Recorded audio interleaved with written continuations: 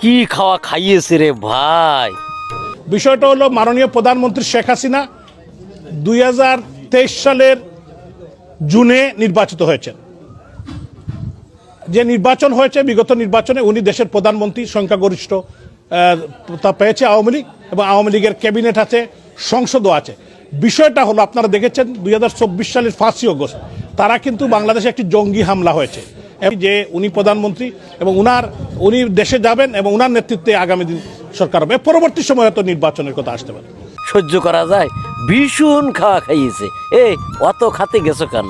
পাগল। হ্যাঁ, আপনারা তো অনেকে ওনাকে চেনেন, অনেকে চেনেন না। উনি আসছে ওই আওয়ামী লীগের মেয়র ছিল চট্টগ্রামে। ওই গত 5 আগস্টে ধাওয়া খাওয়ার আগেই ভয়ে থরথর করে কাঁপতে কাঁপতে ওই দুবাই বসে রয়েছে। আজে বাজে জিনিস খাইবা খাও, তা মেয়াদ আছে কিনা দেখি খাবা না? হ্যাঁ, মেয়াদ উত্তীর্ণ মাল খাইয়ে এই মাতলামি করার কোনো মানে হয়? নির্বাচন কবে হয়েছিল? 2023 সালের জুন মাসে। পাগল, 2023 সালের জুন মাসে কোথায় নির্বাচন হয়েছিল?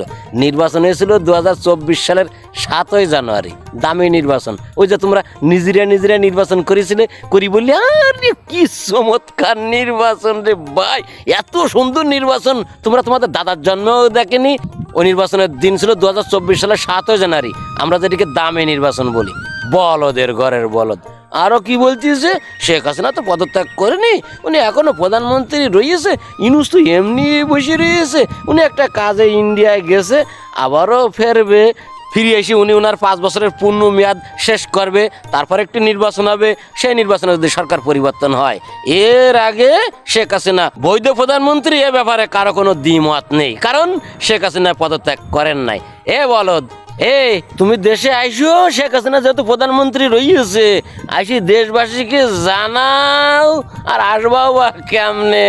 কারণ জীবন বাঁচানি তো ফরজ। তা তুমি যেখানে রয়েছো ওই জায়গায় ভালো রয়েছো, আসার দরকার নেই। তা দুবাইতে বসিয়ে এই সমস্ত জিনিসপত্র যে খাইতেছো, এর কোনো মেয়াদ আছে কিনা তা দেখবা না? আর তোমারও বা দোষ দিয়ে কি করব? কারণ পুরো দুনিয়াটাই এখন ভেজাল মালের ব্যবসা চলতেছে। দুবাই একটি উন্নত রাষ্ট্র, ওখানেও মালে ভেজাল মিশিয়েছে। কোনো মেয়াদ নেই। মেয়াদ ছাড়া জিনিসপত্র খাওয়ার দরকার নেই ভাই। এই সমস্ত জিনিসপত্র খাইয়ে কবে কিন্তু গ্যাজলাইতে মরিয়ে যাবা। সবাই এই দুনিয়ায় বেশ একটা লম্বা সময় বাঁচতে চায়। তুমি যদি লম্বা সময় বাঁচতে চাও, তো ওই সমস্ত ছাই পাতা সার খেও না। বলদের ঘরের বলদ। এই সমস্ত বলদ ফলদের জন্য বুঝছেন, মাঝে মাঝে হাসতে হাসতে পেটের নাড়ি ব্যথা হয়ে যায়। পাগলের ঘরের পাগল। তোমার এই বিবৃতির কি জবাব দেবো?